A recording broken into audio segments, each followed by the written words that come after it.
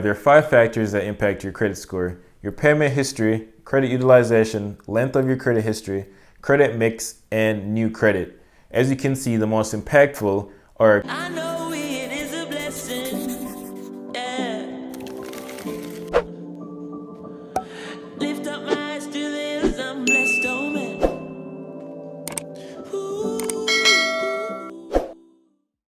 Hey guys, Chris Jamar here and welcome back to my YouTube channel. If this is your first time here, welcome. Please just do me a quick favor, scroll down, hit the subscribe button so you can get all my notifications when I post new videos.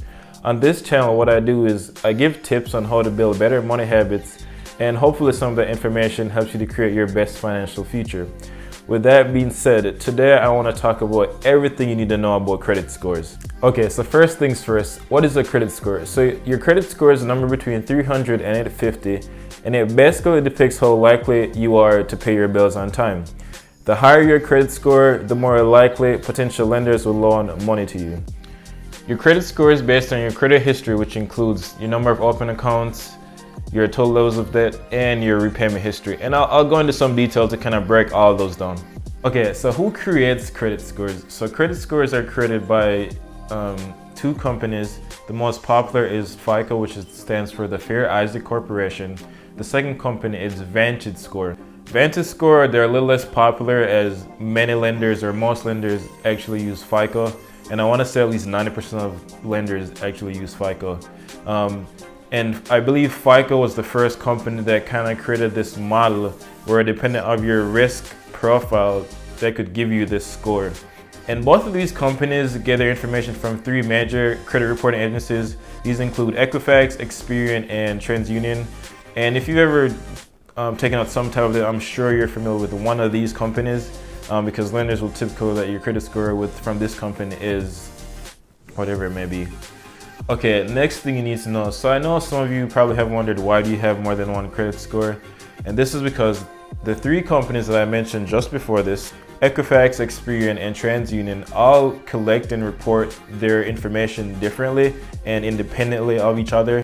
So what this means is that like one collection account or one aspect of your debt may not show up on Experian, but it may show up on TransUnion or Equifax. And so I know for me, for example, while I was living in Chicago, my utility bills for electricity would show up on my Experian credit report. Okay, so on to the important matters now. So what makes up your credit score? What factors impact your credit score? So when you think about your credit score, think of it as this massive pie. And your payment history, which is going to be the first factor that impacts your credit score, accounts for a large piece of that pie. Your payment history actually accounts for 35% of your credit score. Your payment history essentially refers to whether or not you pay your credit lines on time. It also shows if you pay your lines 30 to 60 to 90 or even 120 days late.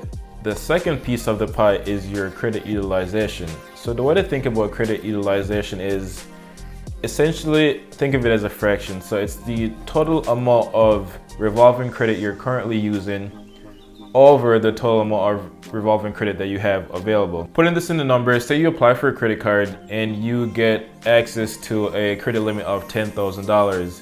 So you decide to move, you have to buy furniture, all these things to get ready for your move, and you spend about $3,000. The total amount of revolving credit you've used is $3,000 over your $10,000, which is your limit on their credit card. And so now your credit utilization is 30%, 3,000 divided by 10,000. And it's typically recommended that 30% is that sweet spot. And so you want to keep your credit utilization around that 30-35% mark. The third piece of the pie is the length of your credit history. And this accounts for 15% of the pie, or 15% of your credit score. And typically the longer your credit history or the longer you have open accounts, the better your score. Now there's one caveat to this, and because it is a pie and you have different components attributed to different percentages or different pieces of the pie, someone with a shorter credit history can have a good score. This is because, again, different aspects of the pie are bigger, and so depending on how someone performs in other components, they can have a good credit score. And FICO scores typically take into consideration the length of your oldest account, your newest account, and overall average in this component of the pie. Okay, so on to the next piece of the pie, and this only accounts for 10% of the pie or 10% of your credit score, and this is your credit mix. This is basically just the variety of your credit accounts on your file or the variety of the type of credit that you have. There are two types of credit. There is the revolving credit and there is installment credit. Installment credit has a specific end date with a series of payments that are due every month. And if you can think about it, these are basically your mortgages, your student loans, and your car loans. Some of the best examples. And then your revolving credit, like I mentioned, is just like a credit card, for example. Okay guys, so we're 90% through our pie, and the last piece is new credit, and this accounts for 10% of the pie, obviously, or 10% of your credit score.